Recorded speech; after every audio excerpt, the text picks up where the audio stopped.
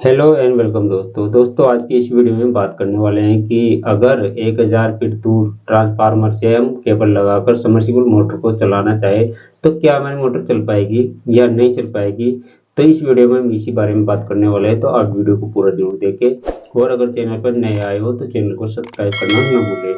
तो जैसे दोस्तों हमारे सामने ये परिस्थितियाँ आई जाती है कभी कभी कि हमें दूसरे ट्रांसफार्मर से केबल लगाकर मोटर चलानी पड़ सकती है। तो ये परिस्थिति क्यों आती है दोस्तों कि मान लो आपका जो ट्रांसफार्मर है वो जल गया या फिर आपने नया बोर करवाया है, तो वहाँ पर नया बोर करवाया है तो जाहिर सी बात है दोस्तों जो कनेक्शन है वो हमारे पास में होता नहीं है, तो फिर हमें दूसरा जो उपाय है वो खोजना होता है।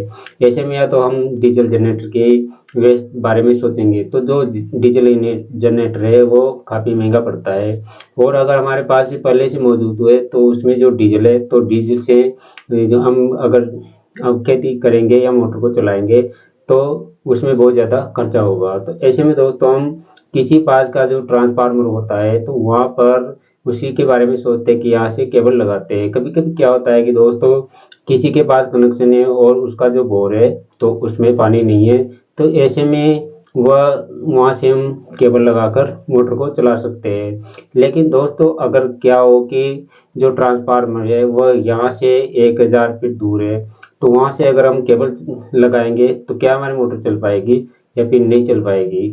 तो दोस्तों अगर आप 1000 फीट से दूर से ट्रांसफार्मर रखा हुआ है वहाँ पर केबल लगाकर मोटर को चलाना चाहते हैं तो आपकी मोटर चल सकती है, लेकिन कुछ बातों को आपको ध्यान रखना होगा। जैसे कि ट्रांसफार्मर कितने केवीए का है, केबल कितने एमएम की है और जो वहाँ पर वोल्टेज है वह कितने आ रहे हैं, तो इन चीज़ों का ध्यान रखना पड़ेगा। तो दोस्तों अगर ट्रांसफार्मर 16 केवी या 25 केवी का है तब तो आपकी मोटर चल सकती है। उसके अलावा जो केबल है, केबल कम से कम 18 या 16 एमएम की होना आवश्यक है, इससे कम की नहीं होनी चाहिए।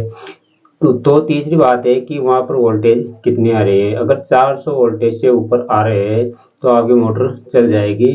लेकिन दोस्तों जैसे ग्रामीण इलाके हैं तो वहाँ पर जो वोल्टेज की समस्या रहती है, क्योंकि 300 या 350 वोल्टेज में मिलते हैं। ऐसे में आप मोटर चलाना चाहेंगे तो नहीं चल पाएगी, या चल भी जाएगी तो पानी बहुत कम देगी, यानी हमारा काम नहीं होगा। तीन चीज़ों का आपका ध्यान रखना पड़ेगा, तब भी आपकी मोटर चल सकती है।